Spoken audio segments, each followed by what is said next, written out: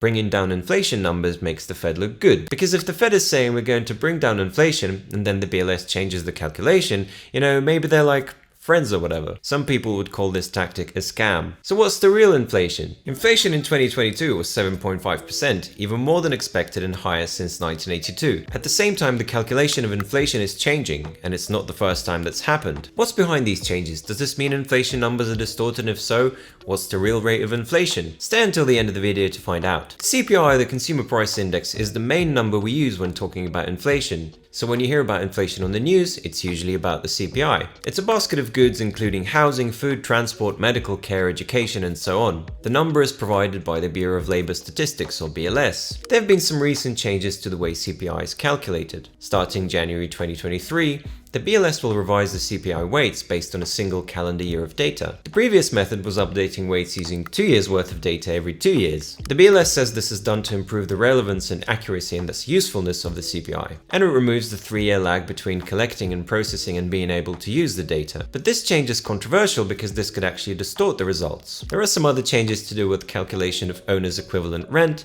and the BLS is changing the source of transaction data for the new vehicles index, and that will no longer include motorcycle prices. The BLS says the revisions are necessary to keep the CPI accurate, and maybe because people's spending habits change over time, some changes do need to be made. But it makes sense to assume that if you make enough small changes over time, then the index changes and what you're measuring becomes a different thing. Because if the Fed is saying we're going to bring down inflation, and then the BLS changes the calculation, maybe they're like friends or whatever. And by the way, is it just me, or does it seem like these guys make improvements during times of crisis and high inflation? The last time the BLS made changes to this time period between updating weights was in 2002. Right after the dot-com bubble. So let's put it this way, it's very likely that in some ways they're trying to make the economy look a little bit better than it is. The Fed actually prefers a different number, the PCE, personal consumption expenditure.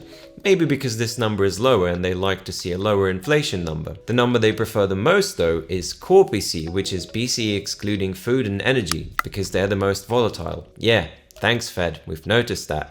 That is the problem. We can also argue that the index should be as similar as possible if we're going to get a reliable measurement of inflation over time. But there's not much we know about how CPI is calculated in the first place. The BLS measures a specific basket of goods and services when measuring inflation, but we don't know what they're actually including in the basket. So some people say it should be more transparent. Potentially they can always do something to the data to make it look like inflation is smaller than it actually is. Another thing is that some food products are getting smaller, so they're including the same Mars bars and Oreos, but the price stays the same, the bar becomes smaller, or they put like one Oreo sideways. That's a tactic called shrinkflation used by food and beverage companies, which is their way of battling inflation without losing customers. Some people would call this tactic a scam. The BLS says they take that into account, but realistically this may lead to distorted numbers in the CPI. The original CPI included house prices, but they were removed in 1983 and replaced with non-market rents. This was an estimate of how much rent house owners could charge. House sales were falling in early 80s due to very high inflation and high mortgage rates of over 15%, and then they were growing throughout the rest of the decade, so this change was probably connected to that. Another change in the 90s was that they switched from a cost of goods index to a cost of living index. This means that if something goes up in price but there's a substitute product at the original price, then there's no inflation because your cost of living is not increased. That sounds a little questionable. Some critics view that as a big manipulation that lets the government report a lower CPI. The CPI is tied to incomes of about 80 million Americans, including those on Social Security, food stamps, and so on.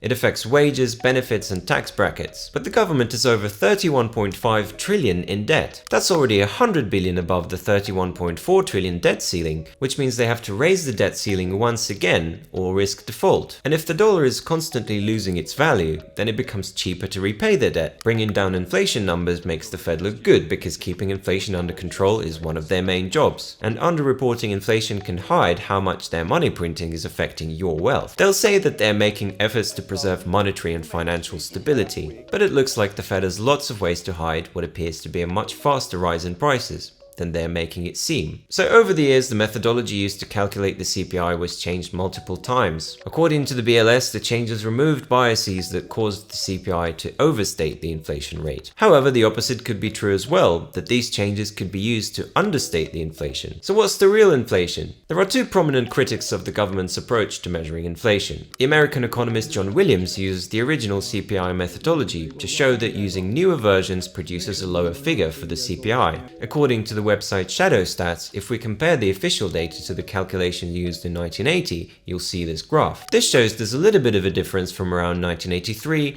and then in the 90s the difference becomes bigger and continues until this day. So arguably those changes and maybe some others are what's affecting the results. David Ranson, another US economist, also questions the viability of the CPI as a measurement of inflation. However, he doesn't think that the government manipulates anything on purpose. He thinks that it shows inflation with a lag and is therefore not a very good indicator of current inflation, unlike commodity prices. If that's correct, maybe the BLS's move to 1 year of data is justified. However, Williams's data has built up quite a bit of a following, and if it's correct, then inflation could be as high as 15% overall. This means that if you have $100 by the end of the year, you end up with 85. And moreover, if it's really been happening every year for 25 years, that's a big deal, and a big effect on people's savings. That is, of course, unless you've been investing in the stock market the last 25 years, which has been a brilliant time for investors. So what do you think? Do you notice the prices going up when you go to the grocery store? Do you think the official statistics are accurate? Let us know in the comments below, we'd love to hear what you think. And subscribe to our channel for videos on investing and how you can build your wealth instead of losing money to inflation.